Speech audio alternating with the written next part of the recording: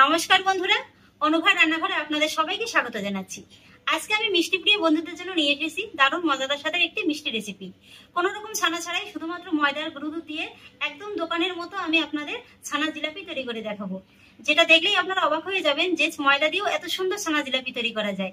একেবারে রসে ভরা নরম তুলতুলে, মুখে দিলেই মিলিয়ে যাবে। আসুন তাহলে দেখে নিন বন্ধুরা আমার আজকের রেসিপিটি। আশা করছি আপনাদের খুবই ভালো লাগবে।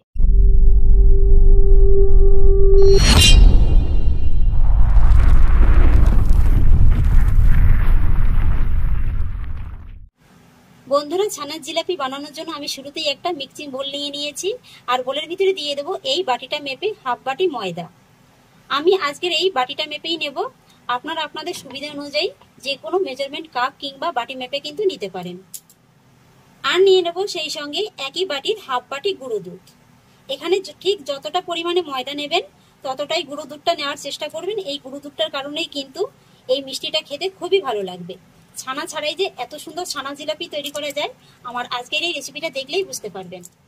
গুঁড়ো দুধটা দিয়ে দেওয়ার পরে এবার আমি এর ভিতরে অ্যাড করব হাফ চা চামচ বেকিং পাউডার। আর তারপরে অ্যাড করব আমি ঠিক যতটা পরিমাণে বেকিং পাউডার নিয়েছিলাম তার অর্ধেকটা বেকিং সোডা। এবার আমি বেকিং পাউডার আর বেকিং সোডাটা ময়দা আর গুঁড়ো দুধের সঙ্গে ভালো করে একবার মিশিয়ে নেব। উপকরণগুলো ভালো করে মিশিয়ে দেওয়ার পরে এবার আমি এর ভিতরে অ্যাড করব 2 চা চামচ গাওয়া ঘি। আপনারা এখানে ঘিয়ের পরিবর্তে সাদা তেল দিয়েও কিন্তু ময়ামটা দিয়ে নিতে পারেন। এবার হাত দিয়ে একবার ভালো করে মেখে ময়ামটাকে ভালোভাবে দিয়ে নেব।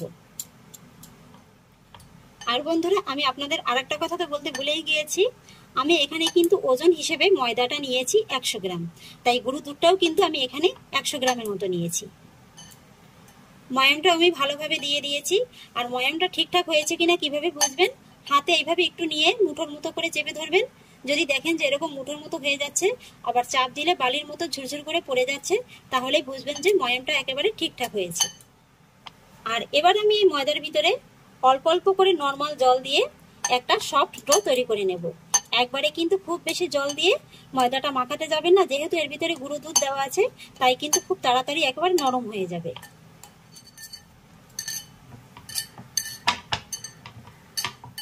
আমার মাখাটা দেখে নিশ্চয়ই বুঝতে পারছেন যে ডোটা ঠিক কতটা নরম করে মেখে নিতে হবে। এই যে যতটুকু আঠালো আঠালো দেখছেন, এটা কিন্তু হাতে মাখতে মাখতেই একেবারে পুরোপুরি ভাবে সেট হয়ে যাবে। এই যে দেখুন, খুব সুন্দরভাবেই কিন্তু সেট হয়ে গেছে। আর এবার আমি আপনাদের দেখিয়ে দিচ্ছি মাখাটা ঠিক কেমন নরম হতে হবে। এই যে দেখুন বন্ধুরা, ঠিক এরকমই কিন্তু একটু নরম করে মেখে নিতে হবে। এবার আমি ডো থেকে ছোট ছোট করে লেচি কেটে নেব। সাধারণত আমরা লুচি বানানোর জন্য যেরকম লেচিটা কেটে থাকি তার থেকে একটু বড় করে কেটে নিতে হবে। লেচিগুলো সব কেটে নেওয়ার পরে তারপর একটা একটা করে লেচি এইভাবে হাতের মুঠোর মধ্যে করে নিয়ে একটু চেপে চেপে গোল করে নিতে হবে। আর এবার দেখুন বন্ধুরা, আমি একটা রুটিওয়ালা পিঁড়ি নিয়েছি। একটা লেচি এইভাবে পিঁড়ির করে নিয়ে হাতের সাহায্যে কিন্তু লম্বাটে একটা শেপ দিয়ে নিতে হবে। তারপরে লেচিটার একটা মাথা ধরে এইভাবে ঘুরিয়ে এর সঙ্গে জয়েন্ট করে দিতে হবে।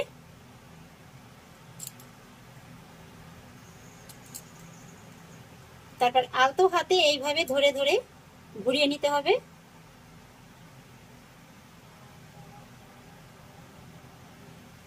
এগুলো কিন্তু তৈরি করা বন্ধুরা খুবই সহজ, একবার দেখলে কিন্তু যে কেউ বানিয়ে ফেলতে পারবে। তারপরে শেষের মাথাটা এইভাবে ধরে পিছন দিকটায় ভালো করে আটকে দিতে হবে। এই যে বন্ধুরা, আমার একটা ছানার জিলাপি তৈরি করা হয়ে গেল। আমি আপনাদের আরো একটি তৈরি করে দেখিয়ে দিচ্ছি। এই যে একটা মাথা ধরে এইভাবে ঘুরিয়ে আনতে হবে, তারপরে এটার সঙ্গে খুব ভালো করে জয়েন করে দিতে হবে। আপনাদের যদি জয়েন করতে অসুবিধা হয় তাহলে সামান্য একটু জল হাত করে নেবেন, তাহলে দেখবেন যে খুব সুন্দরভাবে লেগে যাচ্ছে।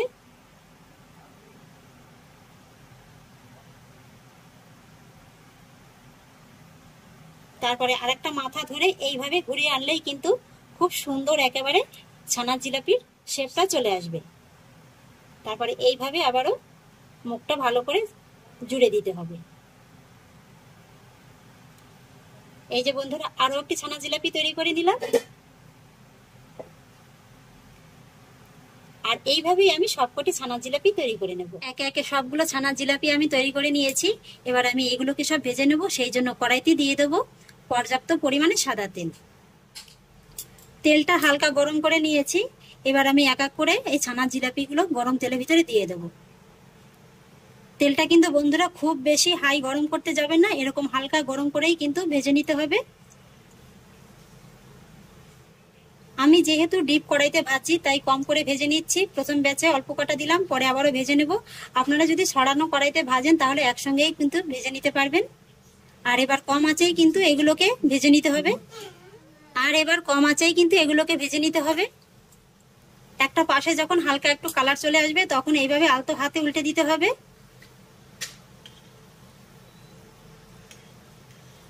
এগুলো দেখুন বন্ধুরা এখনই কত সুন্দর একেবারে ফুলে গেছে। দুটো পাশেই যখন এরকম কালারটা হালকা চেঞ্জ হয়ে যাবে তখন কিন্তু গ্যাসের ফ্লেমটা হালকা একটু বাড়িয়ে এইভাবে উল্টে পাল্টে এটাকে খুব সুন্দর একটা গোল্ডেন ব্রাউন করে ভেজে নিতে হবে। মোটামুটি 5 থেকে 6 মিনিটের মতো ভাজলেই হয়ে যাবে।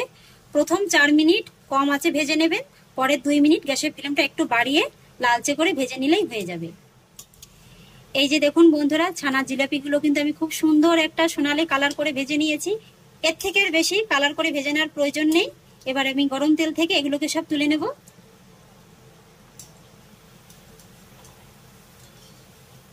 তেলটাকে ভালো করে ঝরিয়ে নেব।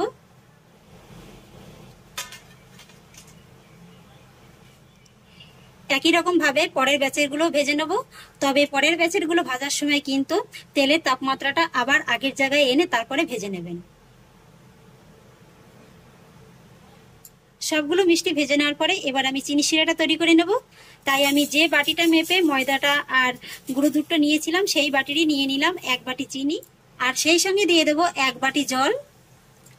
খেয়াল রাখবেন ঠিক যতটা চিনি নেবেন ততটাই জল নেবেন, তাহলে দেখবেন যে পারফেক্ট একটা শিরা তৈরি হয়েছে। আর সুন্দর একটা ফ্লেভারের জন্য দিয়ে দেবো 3টি ছোট এলাচ। এবার গ্যাসের ফ্লেমটা মিডিয়াম হাইতে রেখে আমি চিনিটাকে খুব ভালোভাবে গলিয়ে নেব আর একটা শিরা তৈরি করে নেব। আর এই শিরাটা কিন্তু বন্ধুরা 1 তার কিংবা 2 তার বিশিষ্ট শিরা হবে না, হালকা একটু চিটচিটের মতো হয়ে গেলেই কিন্তু হয়ে যাবে। চিনিটা খুব ভালোভাবে মেল্ট হয়ে গেছে আর চিনি শিরাটাও খুব ভালোভাবে তৈরি হয়ে গেছে। এবার আমি গ্যাসের ফ্লেমটাকে অফ করে দেব আর এক এক করে এই ভেজে রাখা ছানার জিলাপিগুলো চিনি শিরার ভিতরে দিয়ে দেব। তারপর এই জিলাপিগুলো চিনি শিরার সঙ্গে ভালো করে একবার মিশিয়ে দেব।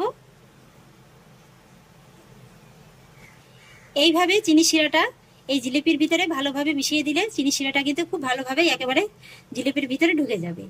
ভালো করে মেশানো হয়ে গেছে, তারপর আর কিছুই না, আলাদা করে আর জাল করারও কোনো প্রয়োজন নেই। শুধু এইভাবে ঢাকা চাপা দিয়ে 30 মিনিটের মতো রাখলেই হয়ে যাবে। এই 30 মিনিটের ভিতরেই দেখবেন যে ছানার জিলাপিগুলো খুব সুন্দর একেবারে নরম তুলতুলে হয়ে গেছে। ফিরে এলাম বন্ধুরা 30 মিনিট বাদে। এবার ঢাকাটা তুলে আপনাদের দেখিয়ে দিচ্ছি।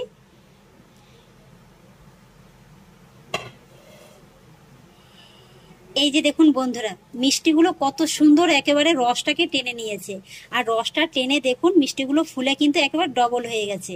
আর এই যে দেখুন কতটা নরম হয়েছে। আশা করি নিশ্চয়ই দেখে বুঝতে পারছেন যে মিষ্টিগুলো কতটা সফট হয়েছে। ভিতরে কিন্তু একেবারে খুব সুন্দরভাবেই একেবারে রসটা ঢুকে গেছে। প্রত্যেকটা মিষ্টি কিন্তু একই রকম ভাবে নরম হয়েছে। এবার আমি মিষ্টিগুলোকে একটা সার্ভিং প্লেটে সার্ভ করে তারপর আপনাদের দেখিয়ে দিচ্ছি। বন্ধুরা আমি মিষ্টিগুলো একটা সার্ভিং প্লেটে সার্ভ করে নিয়েছি। এবার আমি আপনাদের কেটে দেখাচ্ছি যে মিষ্টিগুলো ঠিক কতটা নরম হয়েছে। আশা করি নিশ্চয়ই দেখে বুঝতে পারছেন যে মিষ্টিগুলো কতটা নরম হয়েছে। এই যে দেখুন বন্ধুরা চামচ বসানোর আগেই কিন্তু একেবারে কেটে যাচ্ছে। এই যে দেখুন ভিতরে কত সুন্দর একেবারে রসটা ঢুকে গেছে।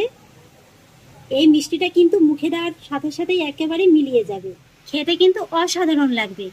একবার হলেও বাড়িতে ট্রাই করে খেয়ে দেখবেন, আশা করি নিরাশ হবেন না। দেখতে দেখতে আবারও বৃষ্টিটা শুরু হয়ে গেল।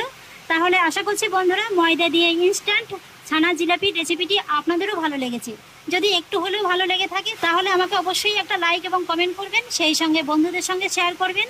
আর প্লিজ বন্ধুরা যদি আমার পরিবারের নতুন সদস্য হয়ে থাকেন তাহলে একটা সাবস্ক্রাইব করে পাশে থাকা বেল আইকনটি প্রেস করে দেবেন। ফিরে আসছি এরকমই পরের অন্য কোনো নতুন রেসিপি নিয়ে। সবাই ভালো থাকুন, সুস্থ থাকুন, ধন্যবাদ।